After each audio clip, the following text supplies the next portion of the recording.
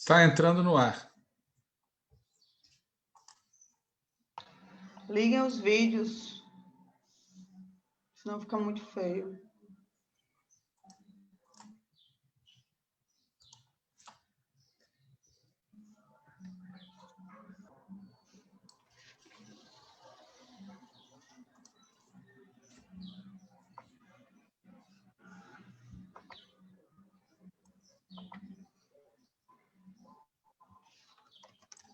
Está no ar. Ok.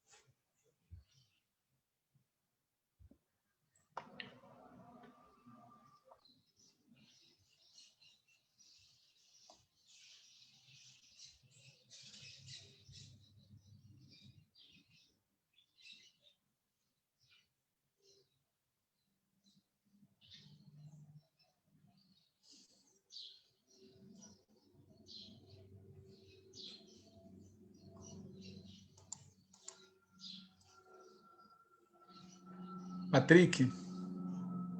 Você está bem, Patrick?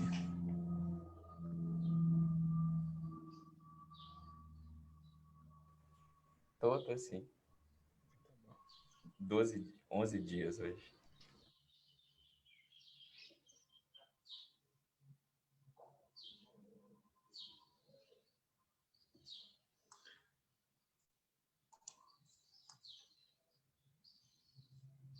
Ok.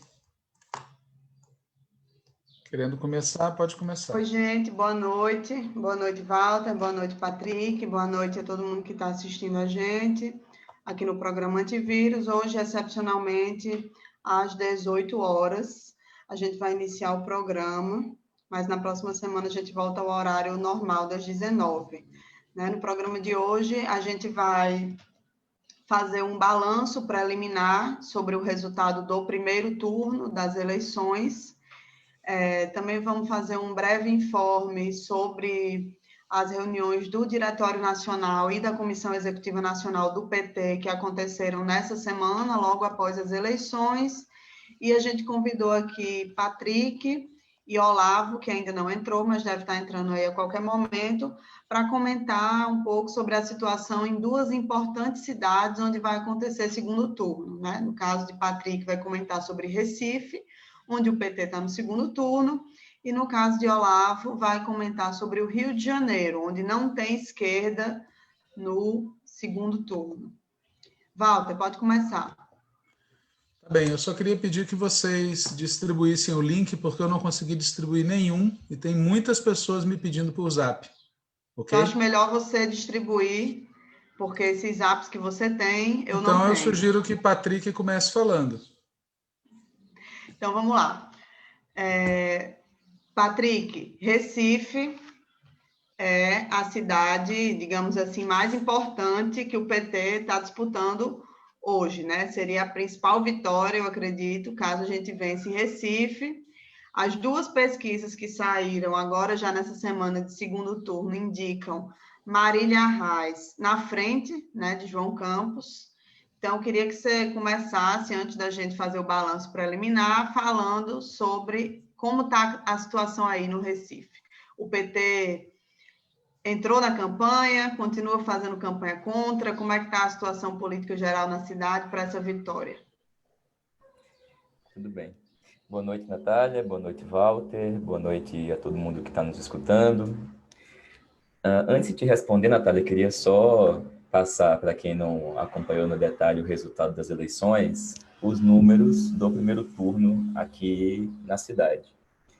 No último dia 15, a gente teve a votação, depois de uma longa e tenebrosa espera, pelo que o TSE divulgasse os resultados, a gente teve já mais de 10 da noite, oficialmente a definição de que aqui em Recife nós estaríamos no segundo turno. O candidato do PSB e o candidato da atual gestão, João Campos, teve 233.028 votos, e a Marília terminou em segundo, com 223.248 votos, uma diferença de menos de 10 mil votos. E isso contrariando todas aquelas pesquisas feitas até a véspera da eleição. Basta a gente lembrar que todos os institutos, né, nacionais, Ibope, Datafolha, bem como os institutos locais de pesquisa, indicavam uma vantagem do João muito maior do que esse pouco mais de 1%. O Ibope, da véspera, inclusive, chegou a colocar o João com 39% e a Marília com 26%, 27%. Então, algo que a gente vinha comentando, inclusive, tanto aqui no Antivírus, mas no podcast, né, que como esses institutos de pesquisa agem, atuam e manobram muitas vezes com esses resultados. A gente falava muito isso no caso de São Paulo, mas a gente tem aí vários exemplos, né? Talvez, além de Recife, o caso de Natal, no Rio Grande do Norte, seja um dos mais emblemáticos, né? Em que o companheiro Jean Paul terminou com quase 15% e esses mesmos institutos colocavam ele com 5, 6%. E, bom, esse resultado é muito expressivo durante a maior parte da apuração, inclusive. A Marília estava em primeiro lugar, né, até as primeiras divulgações da noite. Em primeiro, terminou praticamente empatada em primeiro lugar. Bom, além disso, é importante destacar também o desempenho da chapa do PT para vereadores aqui na cidade. O PT conseguiu ampliar a sua presença na Câmara de Vereadores aqui em Recife. Em 2016, o partido tinha eleito apenas 2 vagas. Uma era a própria Marília, e o outro, um vereador já de mandato, que tinha sido reeleito.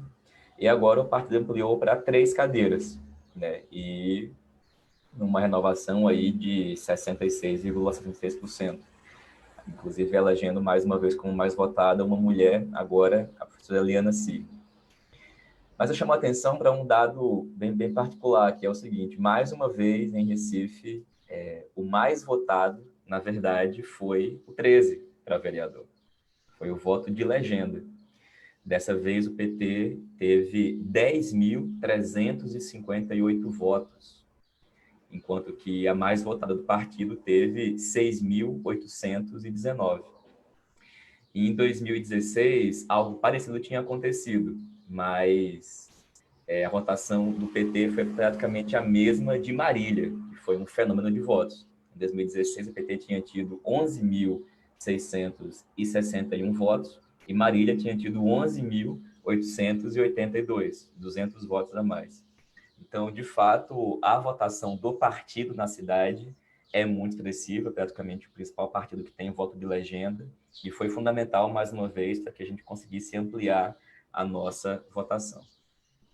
Bom, e aí tu me perguntou, né, sobre a participação do partido na campanha de Marília. E, infelizmente, a resposta não foi e ainda não é positiva, né? Na verdade, a gente, durante toda a campanha do primeiro turno, teve que lutar para consolidar a campanha de Marília contra um verdadeiro boicote por parte da maioria do partido, né? A maioria do partido, da sua direção, de seus dirigentes, tanto municipais do Recife quanto da direção estadual, não participaram da campanha. A gente não os viu, né? Cerca de 70% da direção do partido sequer compareceu a atividades de campanha, sequer andou no comitê, e a gente tinha informações de que quem procurava a sede do partido em busca de material, por exemplo, era informado de que lá não tinha, porque lá não era comitê, né? O comitê ficava em outro lugar. Então, a gente conseguiu, né, a campanha de Marília, chegar ao segundo turno, apesar dessa ofensiva e desse boicote da maioria do partido. Mas é algo que a gente, inclusive, sabia que podia acontecer, né? Porque essa maioria que dirige o PT de Pernambuco, essa maioria que dirige o PT de Recife, na verdade é uma maioria que foi construída com base no PED. O PED que, bom, todos nós aqui sabemos muito bem como funciona e que mecanismos são utilizados para constituir essas maiorias. E essa maioria não representa, portanto, a maioria da base do partido.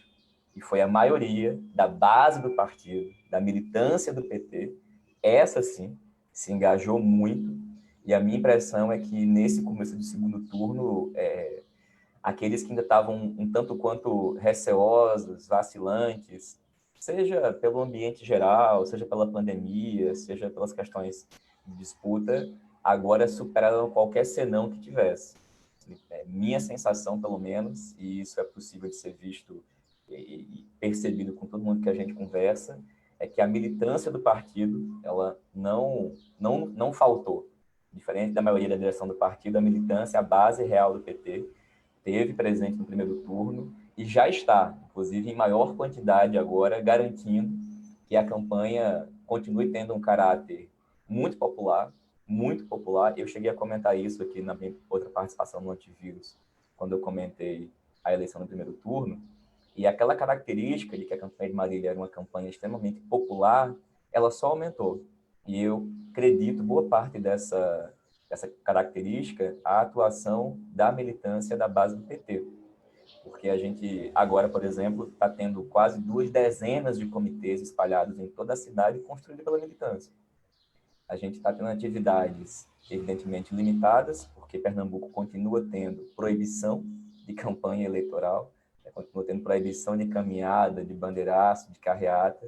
Então, todas as atividades, desde aquelas mais simbólicas até o trabalho mais cotidiano de porta a porta, de reunião, de convencimento, tem sido feito pela militância, né? Uma vez que Marília não pode promover grandes atos de campanha, tem feito campanha, seguindo todas as recomendações que a legislação coloca, mas esse trabalho, de fato, tem sido colocado, Natália, Walter, pela militância. E aí, uma última consideração sobre isso, é que a disputa do segundo turno, ela agora, né, se dá num cenário em que a gente podia dizer, é uma disputa entre dois campos de esquerda, duas forças políticas de esquerda.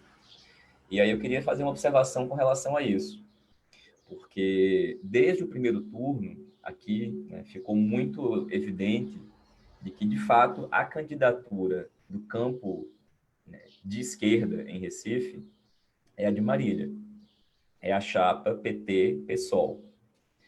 Mesmo que a chapa do PSB tenha PSB, PDT, PCdoB, mas o arco de alianças formado desde o primeiro turno é o mesmo arco que dá sustentação ao governo do Estado e que dá sustentação à Prefeitura do Recife, que extrapola em muito esses partidos da chamada centro-esquerda.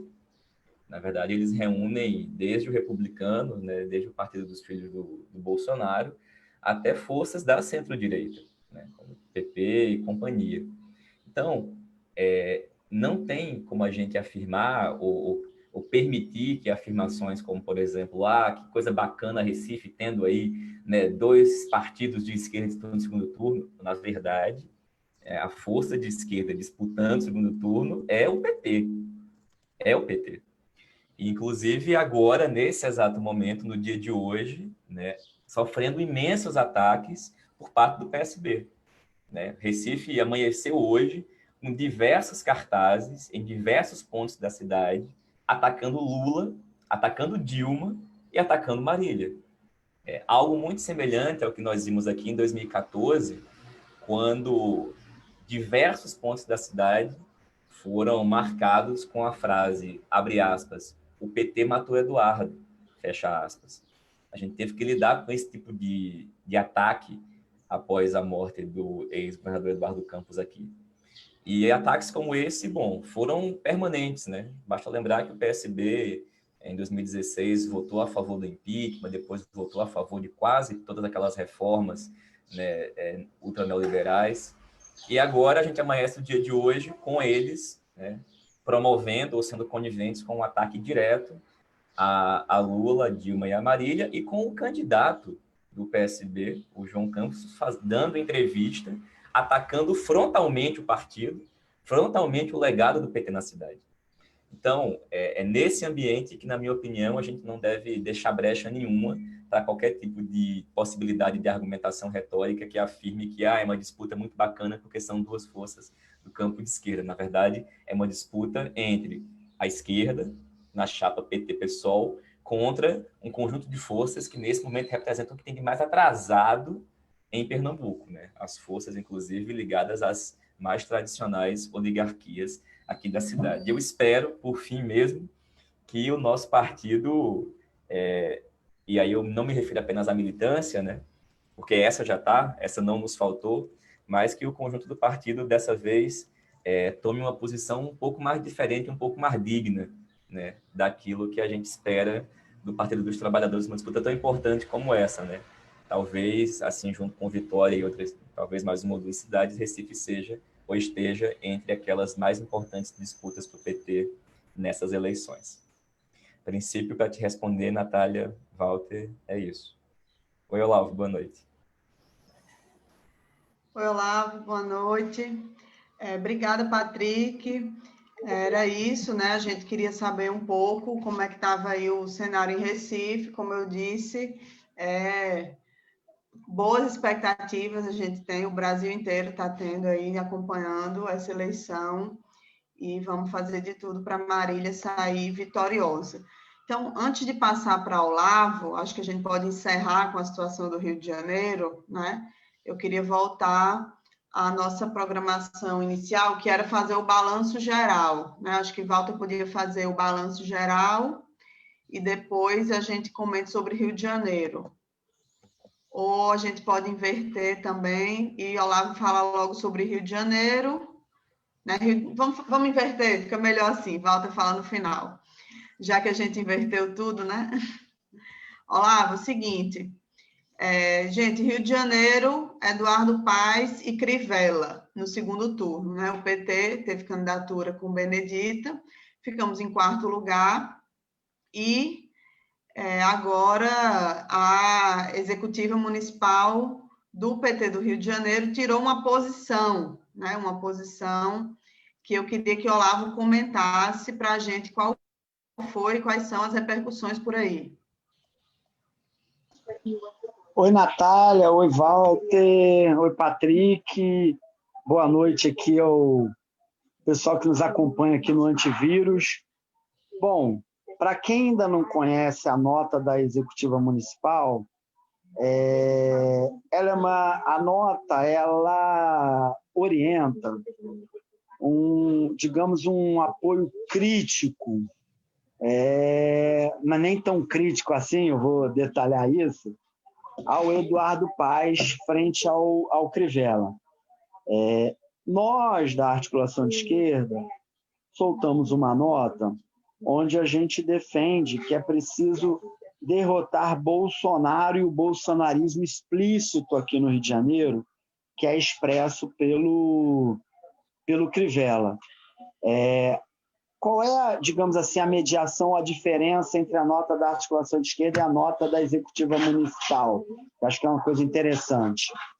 É que A nota da Executiva Municipal, ela faz elogios ao Eduardo Paes, elogios como gestor, o caracteriza como social liberal, né? E não deixa claro qual será o comportamento do partido, do PT, da sua bancada de 3 vereadores eleitos, Lindbergh, Tainá de Paula e Raimon, perante esse governo. Ou seja, qual é a posição do PT sobre um próximo governo que emergirá desse segundo turno, né? Porque pode ser Paes, pode ser Crivella. E nós demarcamos claramente em que seja qualquer que seja o resultado desse segundo turno, o PT deve ser oposição. Isso não está claro na nota da Executiva Municipal. Sobre isso, que tipo de relação vai construir, vai ocorrer, e tece elogios à gestão ao Eduardo Paes, tece elogios ao Eduardo Paes. O presidente municipal, né, fez Twitter mais duro, dizendo que não, né, que não apoiaremos, mas a posição formal da nota é essa. Bom, o fato é, para quem é mais distante do Rio de Janeiro, eu acho que é importante caracterizar os 2 projetos que estão no segundo turno aqui no Rio. De um lado, nós temos o Eduardo Paes, que é a expressão, digamos, clássica da direita tradicional, da direita neoliberal do Brasil. Inclusive, há notas circulando de núcleos, de outras tendências e tal, né, que tentam até dizer que Eduardo Paes é a expressão de ares mais democráticos. E aí é importante lembrar que o Eduardo Paes foi defensor, apoiador do golpe em 2016, contra a Dilma, contra o PT, contra a democracia. Então, há um verniz exagerado. Por outro lado, o Crivella fez toda a campanha aqui, gente, eu acho que isso é muito importante, né? Porque todo mundo aí se envolveu, às vezes não consegue acompanhar, não tem como acompanhar, é normal, mas todo o programa eleitoral e toda a campanha eleitoral do Crivella foi colada e casada com o Bolsonaro. Recomendo a quem tiver curiosidade, as peças publicitárias na televisão do Crivella tinham uma ritualística típica, né, da Assembleia de Deus, da IURD e tal, e a gente, obviamente, tem que respeitar todos os credos, mas teve ali uma apropriação, o uso da fé, como é clássico do Crivella, do fundamentalismo religioso, de acionar a religião e de misturar o Estado, né, para não ser laico, né, para estar a serviço de um dos credos, né, ou seja, nesse sentido, em vez de um Estado laico que respeita todas as crenças, muito pelo contrário. E em vários programas eleitorais, Natália, Walter, associava o próprio Bolsonaro a Deus, a Jesus, ao iluminado, assim, deste patamar, para a gente entender claramente algumas diferenças, digamos assim, simbolicamente o que significa o Crivella, o que significa Eduardo Paes aqui nesse segundo turno. Outra diferença importante entre o neoliberal Eduardo Paes e o obscurantista Crivella o Crivella fez uma gestão e prega toda uma, digamos assim, a ideia de cultura, de educação, né, não laicos, aparelhados do ponto de vista ideológico religioso, amplamente opositor a conquistas e ampliações de direitos civis, na pauta da LGBTI+, na pauta do direito das mulheres. Nesse sentido, tem um alinhamento nesta pauta muito forte, uma identificação e uma defesa pública, né, nesta seara. Então, do Estado não laico, do obscurantismo, e de uma apropriação e aparelhamento religioso das estruturas do Estado. Então, essas são diferenças importantes entre o neoliberal Eduardo Paes e o obscurantista Crivella. Uma derrota do Crivella no Rio de Janeiro significará claramente uma derrota do Bolsonaro e do bolsonarismo, ainda que Eduardo Paes, com a sua pauta neoliberal, que flerta, dialoga com Paulo Guedes e companhia, ainda que Eduardo Paes tenha apoios e apoiadores, né, ligados a esse setor do bolsonarismo. Mas, do ponto de vista político, simbólico, público, não tem como dizer que Eduardo Paes e Marcelo Crivella são exatamente a mesma coisa, né? Eles têm esse componente, esse conteúdo cultural, ideológico, programático, com algumas diferenças. Se juntam no neoliberalismo, se juntam no desprezo, no final das contas, aos pobres, se juntam nas alianças e privilegiamentos das elites, dos setores empresariais. Nenhum dos dois tem compromisso efetivamente com os setores populares, com desenvolvimento econômico para geração de emprego que garanta direitos e melhores condições de vida para os mais pobres. Esses eles são amplamente, digamos assim, expressam o mesmo conteúdo. Agora, nesta seara, o que se avizinha? A rejeição do Crivella é muito alta. Olha que coisa interessante, Natália, Walter e espectadores. A quem interessa nacionalizar a campanha no Rio de Janeiro é o Crivella. A única chance de Crivella conseguir fazer uma reviravolta contra o Eduardo Paes é se ele conseguir reunir, né, digamos, todo o bolsonarismo em torno dele, porque parte da rejeição ao Crivella tem a ver justamente com a destruição dos serviços públicos da cidade. Então, ele é muito mal avaliado como gestor, que é o que o Eduardo Paes tenta acionar. Tenta e consegue acionar. E aqui é bom lembrar que boa parte da imagem da memória positiva do Eduardo Paes, ela se deu porque foi no período dos governos do PT, com forte investimento em saúde, educação, e que muitas vezes, no Brasil afora, todos os petistas muitas vezes reclamam que a gente fez pouca propaganda ou apresentou claramente que vários dos investimentos nas cidades e nos estados eram fruto do governo federal. Mas, apesar disso aí, o fato a população tem uma memória nesse sentido mais positivada do Eduardo Paes, porque ele foi um prefeito da era da chamada, né, geração de emprego e renda alta, oportunidades, que foi a era, inclusive, muito construída pelo nosso período na presidência da República. E eu queria fazer uma ressalva para a Natália, que ela fez um comentário, todo mundo faz esse mesmo comentário, mas eu queria corrigir, Natália e demais, a Bené terminou em terceiro lugar, empatado com a Marta, porque a diferença de votos é uma coisa irrisória para tratar com tanta rigidez. Ali, a Bené e a Marta foi uma diferença tão pequena de 11,27% contra 11,30%.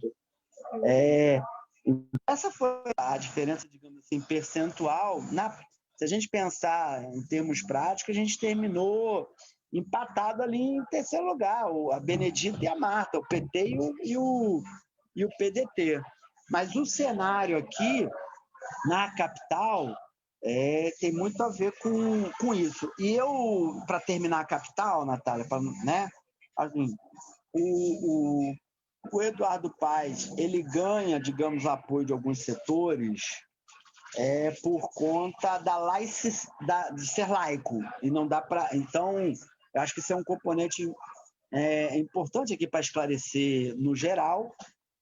Mas aí alguns setores exageram essa característica, digamos, positiva dessa direita liberal, dessa direita neoliberal que entende um Estado laico, né, para minimizar e apagar o conteúdo extremamente perverso, antipovo, antipopular, que é o projeto neoliberal. Eu queria aqui dar mais um dado mais geral sobre o desempenho do PT no Rio de Janeiro, em que o PT, primeiro, está disputando o segundo turno no segundo colégio eleitoral do Estado. Isso é muito importante e muito positivo do ponto de vista para o partido. E com chances de vitória. Não é pouca coisa se a gente conseguir ganhar aqui a Prefeitura de São Gonçalo, né, segundo colégio eleitoral do Estado. Uma gestão que certamente, se acontecer, terá muitas dificuldades orçamentárias nesse período de austeridade fiscal do governo federal. Mas não é pouca coisa o PT ter conseguido chegar no segundo turno e contrapor projetos.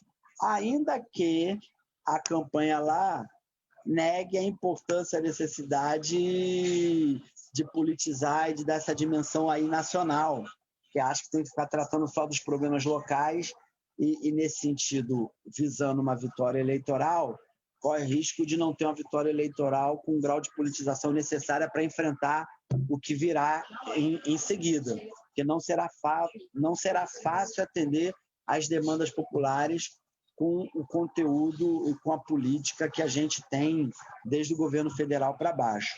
E o PT aqui no Rio de Janeiro ampliou o número de cadeiras na vereança, mas provavelmente não é diferente em vários outros locais, outros estados, melhorou um pouco o quantitativo, mas não melhorou o qualitativo. Nós aumentamos o número de cadeiras conquistadas pelas cidades, mas com a grande maioria desses eleitos que não são petistas, que não tem nenhuma relação, de fato, com o conteúdo programático e ideológico do PT. Então, continua sendo um problema, que não é nenhuma novidade, né, Natália, Walter e demais aí. Aliás, a gente não está falando de nada Olavo, novo, mas muitos eleitos que não são petistas. Então, um pouco isso o quadro aqui do Rio de Janeiro. Olavo, mata uma dúvida. Quantos vereadores foram eleitos em Belford Roxo?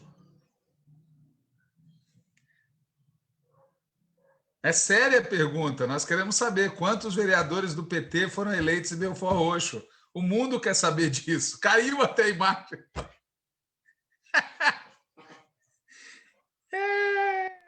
Ô, Walter, eu te ouvi muito baixo.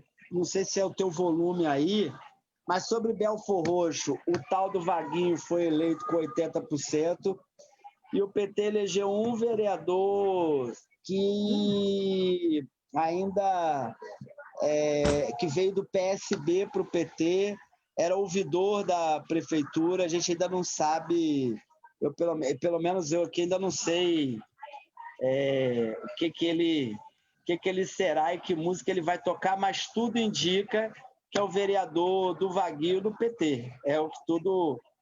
Agora, o mais incrível aqui, para dar uma informação, é que o presidente do PT lá, o Jacó, que construiu toda essa política, foi derrotado pelo Vaguinho na disputa para a cadeira, né? Porque foi eleito outra pessoa, não ele. Né? E boa parte dessa construção envolvia, obviamente, isso.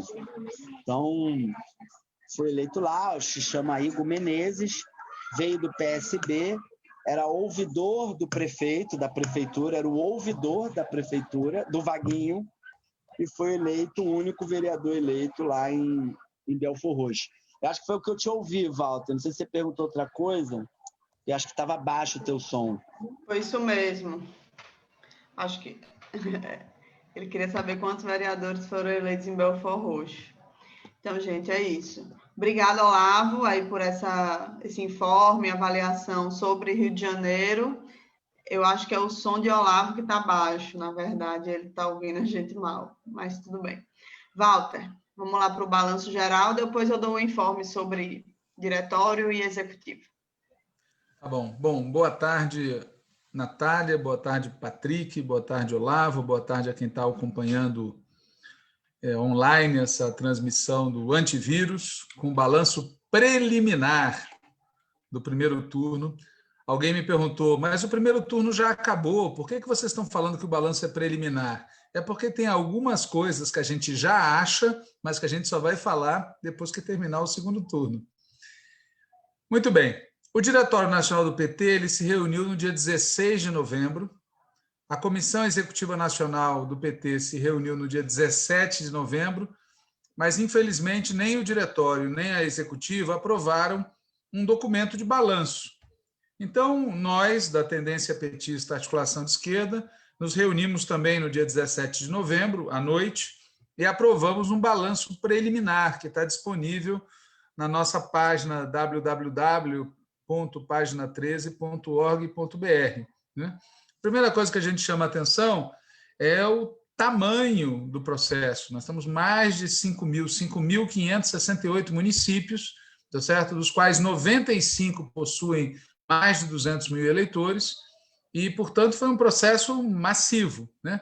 O PT lançou candidaturas numa parte dessas cidades, 2.902 cidades, não tivemos candidatura em todas as cidades, tivemos 1.256 candidaturas a prefeito, tivemos 28.900 candidaturas à vereança. Isso é um número maior do que o de 2016, é bom dizer, mas é totalmente insuficiente. O partido não lançou candidaturas em todo o país, né? Mas, de toda maneira, em uma parte importante do Brasil, a militância petista foi à luta, e a primeira coisa que a gente quer saudar é isso, né? A militância que se engajou nas campanhas, as candidaturas, tanto as que foram vitoriosas quanto as que foram derrotadas eleitoralmente, porque você pode ser derrotado eleitoralmente e ser vitorioso politicamente e vice-versa. E, obviamente, nós saudamos os milhões de brasileiros e brasileiras que deram seu voto à esquerda, em particular, deram seu voto ao Partido dos Trabalhadores. Né? A gente só vai poder fazer o balanço completo quando terminar o segundo turno. Por um lado, porque a eleição continua. Tem coisas que a gente só vai ter claro depois que terminar tudo. E, por outro lado, porque tem coisas que a gente não quer falar agora. A gente pensa, mas prefere esperar que termine o primeiro turno. Né? De toda maneira, nos chama a atenção que existem duas ideias que estão circulando por aí que a gente não está de acordo. A primeira ideia é de que o PT saiu ferido de morte do processo eleitoral. Né? Como a gente vai ver, isso não é verdade. A outra ideia é de que o Partido dos Trabalhadores obteve um grande resultado, foi uma grande vitória. Nós também não estamos de acordo com isso. Né? A realidade indica que nem é uma coisa, nem é outra. Nós começamos o nosso balanço chamando a atenção para o fato de que um número muito grande de brasileiros e brasileiras não votaram em nenhuma das candidaturas. 45 milhões de brasileiros e brasileiras não votaram em nenhuma das candidaturas. Não votaram para prefeito, não votaram para vereador, votaram branco, nulo e se abstiveram. 45 milhões. É o mais alto percentual da história recente do Brasil, tá certo? Na eleição de 2016, por exemplo, foram 27,8%. Dessa vez foi 30,6%. Só que tem cidades como São Paulo que chegou a 37%. 37% de abstenções, votos brancos e votos nulos. Né? É claro, e é bom saber, que esse número é alto, e já era alto antes, só que agora teve recadastramento, teve biometria. Então, essa abstenção não é de pessoas que estavam no cadastro e já não estão mais entre nós, não, é abstenção mesmo. Né? 45 milhões de pessoas não quiseram escolher. Né? Significa que uma parte expressiva da população escolheu não participar politicamente, como se tivesse um voto facultativo de fato, ainda que não de direito. E um partido de esquerda, na nossa opinião, não pode desconhecer e não pode subestimar esse fato, porque basicamente são trabalhadores e trabalhadoras pobres que decidiram não escolher ninguém. Né? Muito bem.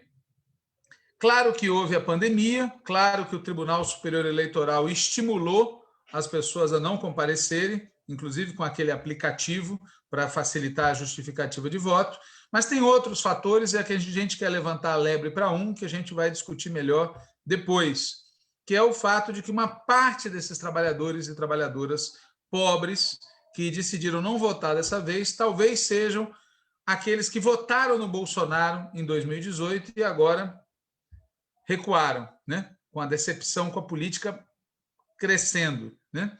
Uma implicação prática disso é que o voto dos setores médios cresceu de importância relativa em algumas cidades. São Paulo, por exemplo, é isso que, na nossa opinião, ocorreu.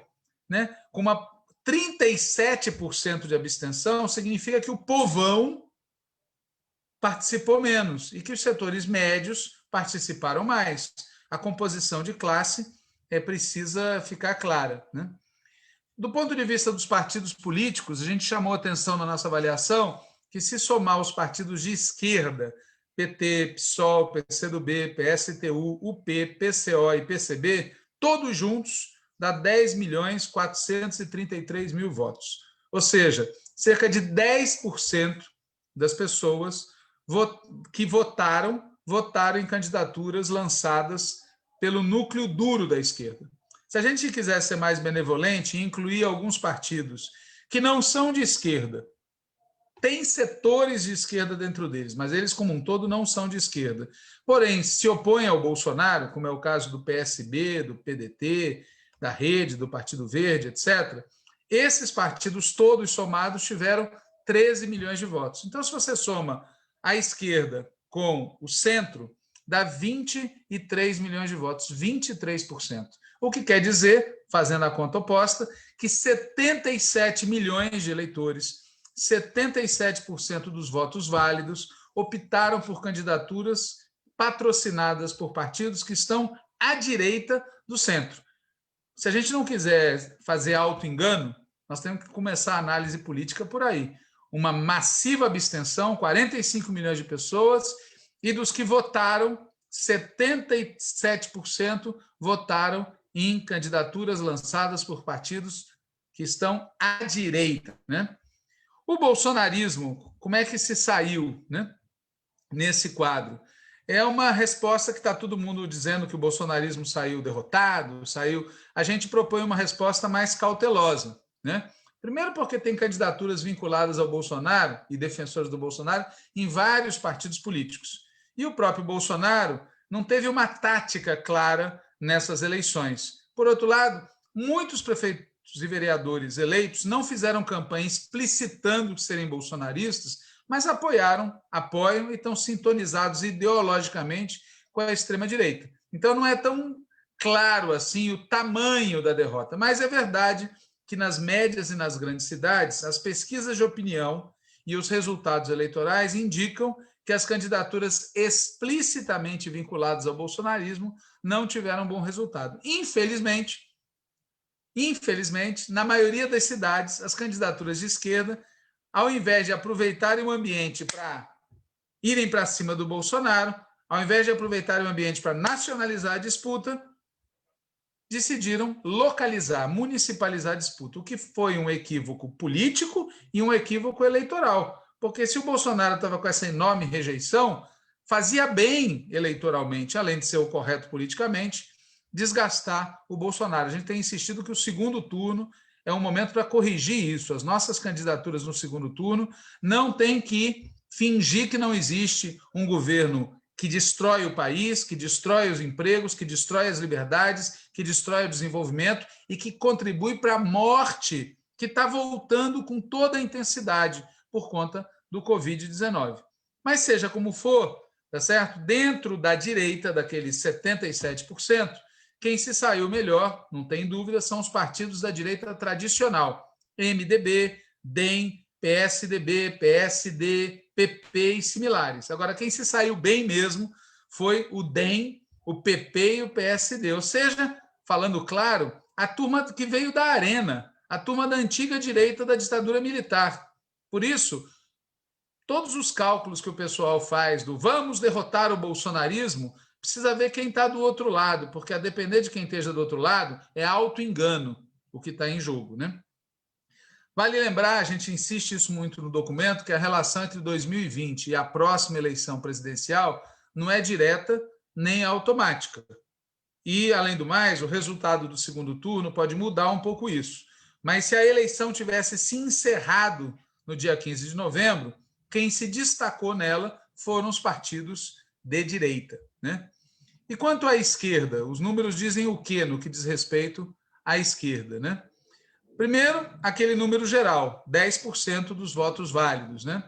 As candidaturas lançadas pelo PT, pelo PSOL e pelo PCdoB, especialmente esses três partidos, que são o núcleo duro da esquerda, tiveram 10.433.000 votos. A imensa maioria desses votos, praticamente 7 milhões desses 10 milhões e meio, foram dadas no PT. 66% dos votos de esquerda foram dados ao PT. o PSOL teve 21% e o PCdoB teve 11%. Os demais tiveram cerca de 3%. Quando você vai para as prefeituras, a mesma coisa. O PT elegeu no primeiro turno 175 prefeituras, o PCdoB 45 e o PSOL 4. Quando você olha as disputas de segundo turno, repete, o PT está encabeçando 15 disputas, o PCdoB 1 e o PSOL 2, Belém e São Paulo. Evidente que se o Edmilson foi eleito em Belém, e a gente quer que ele seja eleito, e se o Boulos foi eleito em São Paulo, a gente quer que ele seja eleito, é óbvio que a correlação de forças real dentro da esquerda no que diz respeito às prefeituras se altera completamente. Apesar de eleger poucas prefeituras, no caso 6, o PSOL vai governar a maior cidade do país, nesta hipótese, né? Que nós estamos trabalhando por ela. Quanto ao número de vereadores, a mesma coisa. O PT elegeu 2.609, o PCdoB elegeu 678 e o PSOL elegeu 88. É importante deixar claro isso, porque, esquecendo do resultado do segundo turno, essas conversas de que o PT foi massacrado na eleição, os números indicam outra coisa, né? Cabe fazer isso que o Olavo já começou a fazer aqui, que é uma avaliação qualitativa de quem foi eleito, né? Quantas mulheres, quantos negros e negras, quantos indígenas, quanto LGBTI+, quantos são trabalhadores que estavam no processo de produção e de que categorias, quantos são reeleitos, gente que já está aí no legislativo há vários mandatos, precisa fazer essa avaliação. Mas, num primeiro olhar, também é bom dizer que a maioria das candidaturas jovens negros e negras do país está no PT. O primeiro olhar é esse, vamos confirmar, mas essa é a nossa primeira impressão, né? Seja como for, né, portanto, essa avaliação que setores da direita fazem, como o ex-ministro Sérgio Moro, setores majoritários da grande mídia e também analistas de esquerda que falam que a eleição municipal marca a ascensão de uma esquerda alternativa ao PT, na nossa opinião, isso não encontra respaldo nos números do primeiro turno. Mas atenção, o PT enfrenta mesmo graves problemas. Mas o fato da gente reconhecer que o PT enfrenta graves problemas não deve desviar a atenção da gente para um problema muito maior, que é a redução do número de votos dados para a esquerda em geral. Em 2012, pessoal, o PT, o PSOL e o PCdoB tiveram 21.688.000 votos. Em 2016, 10.883.000 votos. E em 2020, 10.392.000 votos. Portanto, quem comemora, né? Quem na esquerda comemora, o PT está perdendo sua posição, precisa entender o que está acontecendo. Não está tendo transferência de votos do PT para outros partidos de esquerda que estão ultrapassando o PT, não. O enfraquecimento do PT é leva à redução do eleitorado de esquerda como um todo. É como se a pessoa que se decepciona e não quer mais repetir o voto no PT vai votar em outros partidos fora da esquerda, vai votar branco, vai votar nulo, vai se abster e minoritariamente vota em outros partidos da esquerda. Nesse sentido, nós colocamos no nosso documento que a afirmação feita pelo presidente nacional do PSOL, na edição de 17 de novembro do Correio Brasiliense, ele disse assim, abre aspas, sem dúvida, o PSOL cresceu muito e saiu credenciado para liderar um processo de renovação da esquerda no Brasil, né? Ela é totalmente inapropriada. Vamos lembrar que o PT é fundamental na campanha do Edmilson, na campanha do Boulos. Fazer esse tipo de afirmação é como dizer para a militância do PT, olha, nos ajudem a superar vocês. É inapropriado quem faz uma coisa dessas, né? É ruim para o esforço comum que nós estamos fazendo para eleger o Boulos e eleger o Edmilson. Mas, mais importante que isso, é que o critério utilizado pelo presidente do PSOL é o mesmo critério errado que alguns setores do PT adotam, o de acreditar que a renovação da esquerda vai ser resultado de movimentações eleitorais e não das lutas sociais e da reconquista ideológica e orgânica da classe trabalhadora. A verdade é que tem gente que critica o PT por ter se eleitoralizado, mas quer repetir, pelo visto, a mesma trajetória sem se dar conta, né? O desempenho do PT, aí eu vou falar dos problemas, né?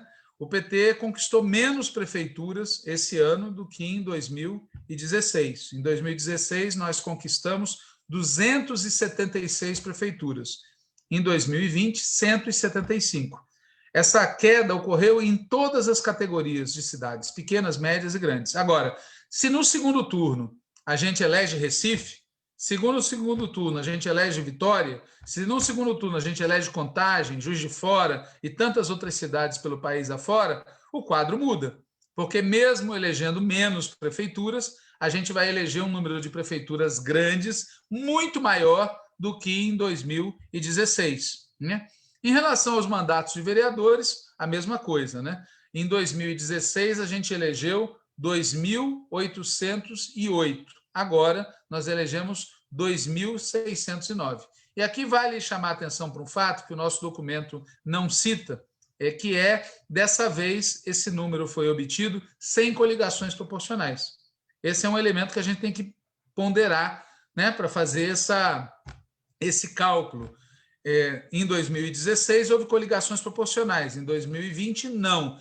Portanto, esse número menor é resultado de um enfraquecimento, é resultado de não ter coligação, é resultado do quê, né? Isso é uma coisa a ser avaliada. Mas tivemos um crescimento no número de eleitores.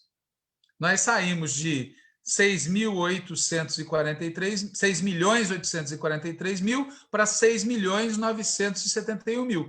Alguém pode dizer que é um crescimento vegetativo, porque o eleitorado como um todo cresceu, mas veja, esse crescimento se deu na contramão do comportamento prático do eleitorado, porque houve uma redução do número de votos válidos, houve uma redução no universo de eleitores de esquerda e ainda assim a gente deu uma crescida. Logo, se levar em conta isso, levar em conta que a conjuntura de 2016 era muito pior do que a de 2020, tinha uma rejeição brutal, agressão. Dessa vez, todo mundo que fez campanha percebeu que o clima era outro, tá certo?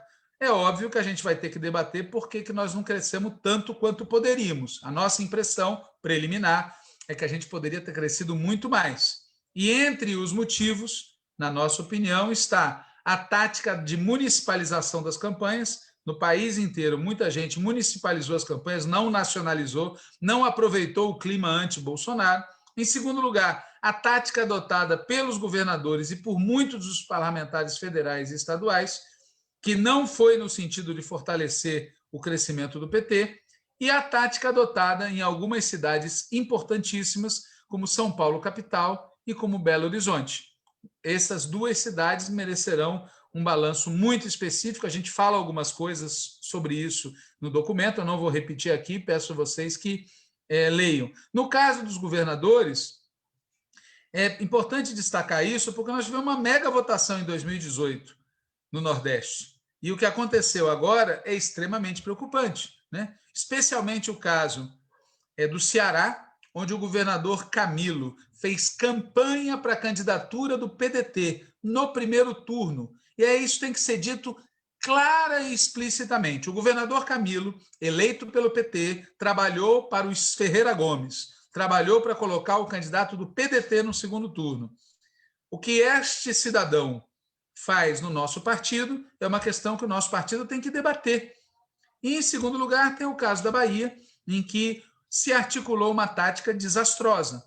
E não é só em Salvador, mas é no conjunto do Estado, onde os partidos como o DEM e o PSD superaram o nosso desempenho. Então, são debates que têm que ser feitos quando terminar, evidentemente, o primeiro turno. Sobre São Paulo, nós vamos, como eu já disse, está no nosso documento, a nossa opinião, um tópico só.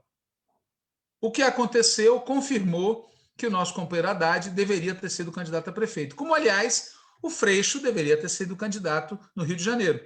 Eu não gosto, em geral, do que a grande imprensa escreve, mas um colunista escreveu um texto curioso, um dia desses, dizendo que 2 pessoas foram derrotadas na eleição sem ter participado delas. O companheiro Fernando Haddad e o companheiro Marcelo Freixo, que abriram mão de ser candidatos e, nos 2 casos, São Paulo é óbvio, está comprovado agora, e no caso do Rio de Janeiro, grandes chances, tá certo? Não está comprovado, mas grandes chances da gente estar no segundo turno das duas maiores cidades. Detalhe, se vocês olharem os votos válidos, o quadro hoje é parecido com o de 2012, em que o Fernando Haddad foi eleito prefeito. O quadro, o percentual de votos do Covas e o percentual de votos do Boulos, votos válidos no primeiro turno, o percentual de votos em 2012 são similares. Ou seja, o nosso companheiro Haddad e o nosso companheiro Marcelo Freixo, evidentemente, cometeram um erro que custou caro não apenas para eles. Tem toda uma questão relativa ao crescimento de mulheres, negros, LGBTI+, e jovens nas bancadas, que a gente chama a atenção e é importante avaliar com cuidado. Tem o tema do fundo público, que tem que ser avaliado também com muito cuidado. Foi a primeira eleição municipal com fundo público. Foi fundo público para nós, porque para os partidos de direita teve dinheiro a rodo, certo? Com contribuições privadas. Então, tem um problema macro a ser avaliado e tem um problema de como é que esses recursos foram distribuídos pelo país inteiro. O nosso partido tinha uma tática, que era lançar candidatura própria no maior número possível de cidades, não fazer aliança com bolsonaristas e ultraliberais e fazer uma campanha nacionalizada. Como a gente falou muitas vezes aqui no Antivírus, não foi isso que aconteceu, né? Nós lançamos candidaturas próprias no maior número de cidades, com raríssimas exceções, fizemos alianças com partidos bolsonaristas e ultraliberais em vários locais, como é o caso emblemático de Belfort Roxo, onde o André Siciliano, que, aliás, declarou apoio a um candidato de outro partido, prometeu que, em troca de eleger um bolsonarista, a gente pelo menos ia eleger 2 vereadores, nem isso foi entregue, tá certo? E nós não fizemos campanhas nacionalizadas na maior parte do país. E tem situações, além do mais, como a de João Pessoa e como a ausência de candidaturas petistas em Roraima, que vão ter que ser muito bem avaliadas. Assim como vai ter que ser muito bem avaliado o fato de que um senador e vários deputados federais saíram por aí apoiando candidaturas de outros partidos em cidades onde o PT tinha candidatura. Nós pedimos comissão disciplinar para essas pessoas, porque não é possível que um portador de um mandato do PT traia o PT e fique por isso mesmo. Sem falar da situação de Fortaleza, que já foi debatida aqui. Bom, eu paro por aqui, chamando a atenção de novo de vocês para a importância de ler o documento, na nossa opinião, né? Que é um documento que faz um balanço preliminar. Há questões que não foram abordadas, como, por exemplo, o tema da compra de votos, tá certo? Que é um tema importante. O número de candidaturas lançadas, dessa vez a gente lançou muito mais candidaturas do que em 2016, e o risco, como já foi dito no caso da Bahia, de um retorno de forças de direita aos governos estaduais por conta do nosso resultado. Mas eu já me estendi demais e paro por aqui esse resumo que me foi pedido fazer. Obrigada, Walter. Eu coloquei nos comentários aqui do Eu coloquei aqui nos comentários, gente, o link para esse texto que Walter comentou. Então, quem quiser assistir, quem quiser ler o texto, está aqui nos comentários da nossa transmissão aqui no Facebook, né? Então, a gente já cumpriu aqui quase a totalidade do que a gente se propôs para hoje. Então, para finalizar, eu queria só comentar aqui, fazer um breve informe sobre quais foram as deliberações, né, da direção nacional do PT sobre esse segundo turno.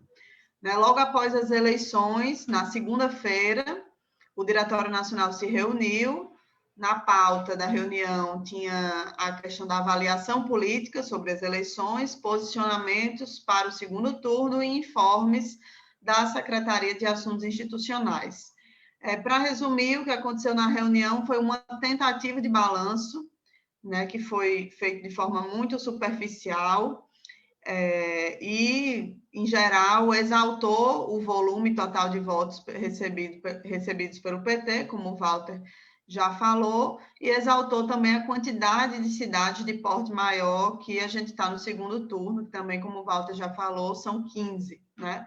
As questões negativas, como a diminuição no número de prefeituras, a imensa quantidade de vitórias da direita, essas questões foram mencionadas, mas não houve condições, nesse primeiro momento, se fazer um debate, um balanço mais rigoroso.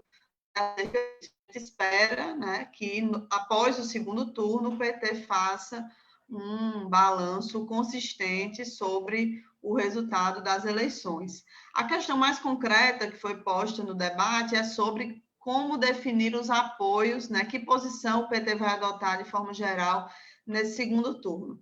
O caso que gerou, né, maiores comoções é o do Rio de Janeiro, que vocês já sabem qual foi o resultado, o Olavo já relatou aqui para a gente. Mas a Executiva Nacional deliberou, né, um documento que definiu o que fazer no segundo turno. Então, eu queria só aqui informar, né, qual é o conteúdo desse documento, que, na nossa opinião, foi na linha correta, né? A linha foi, primeiro, trabalhar pela vitória da esquerda, né, do PT e da esquerda, nas cidades onde a gente está disputando o segundo turno, apoiar com firmeza os candidatos do campo democrático popular nas cidades onde os partidos estão no segundo turno, que não são o PT, né? No caso, principalmente São Paulo, Porto Alegre e Belém.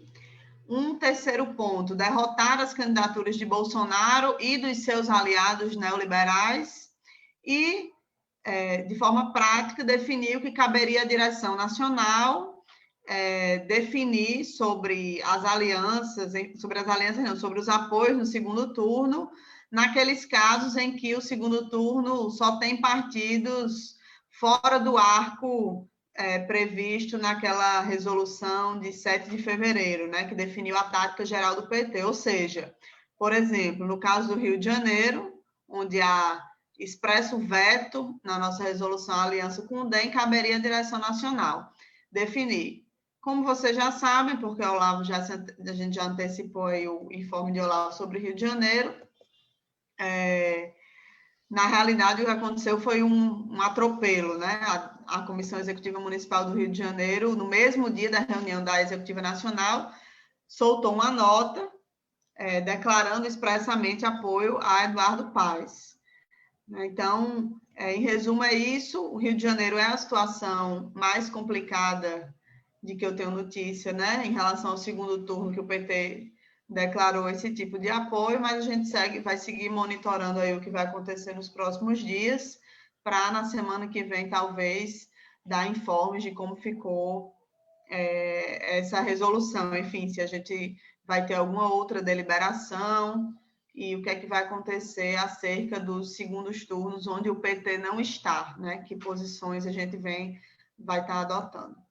Acho que era isso de informe sobre as deliberações. Se alguém quiser comentar mais alguma coisa, se não, a gente encerra. Walter. Eu queria, porque eu tive a oportunidade de ouvir a companheira Dilma Rousseff, e aqui, sem citá-la, o que eu vou falar não é uma citação literal, mas eu queria desenvolver um rápido raciocínio. Quer dizer, o nosso inimigo central aqui no Brasil não é só o bolsonarismo, é o bolsonarismo e o ultraliberalismo. E as duas coisas estão combinadas. Então, não dá para a gente criar um raciocínio que vá nos levar, no futuro, a, por exemplo, numa disputa presidencial hipotética, achar que o Dória é mais legal que o Bolsonaro, ou coisa desse jeito. Não podemos entrar nesse tipo de argumento. Não podemos passar o pano no neoliberal, que não é claramente fascista, sem perceber que esse neoliberal, que não é claramente fascista, pavimentou o caminho para o fascismo, ajuda o fascismo, não briga com o fascismo, no que diz respeito aos interesses do povo trabalhador. Então, era só essa observação, porque eu vejo que em muitas cidades nós estamos pressionados, né? Eu conversei com alguns companheiros e companheiras no Nordeste do país, por exemplo, que estão pressionados por esse troço. Tem um bolsonarista, um canalha, um assassino. Então, em nome disso, aí começam os elogios, né? Eu cheguei a ouvir um elogio assim, não, de um lado tem um bolsonarista, o outro é um canalha, mas o vice dele é legal. Então, eu vou votar no cara porque o vice é legal. No fundo, o problema é o seguinte, o eleitorado popular é inteligente e ele não espera que o nosso partido amarre o seu futuro, como fez, por exemplo, no Rio de Janeiro no passado, a posições de centro-direita, de direita extrema e neoliberal. É só esse o comentário que eu queria fazer. É isso.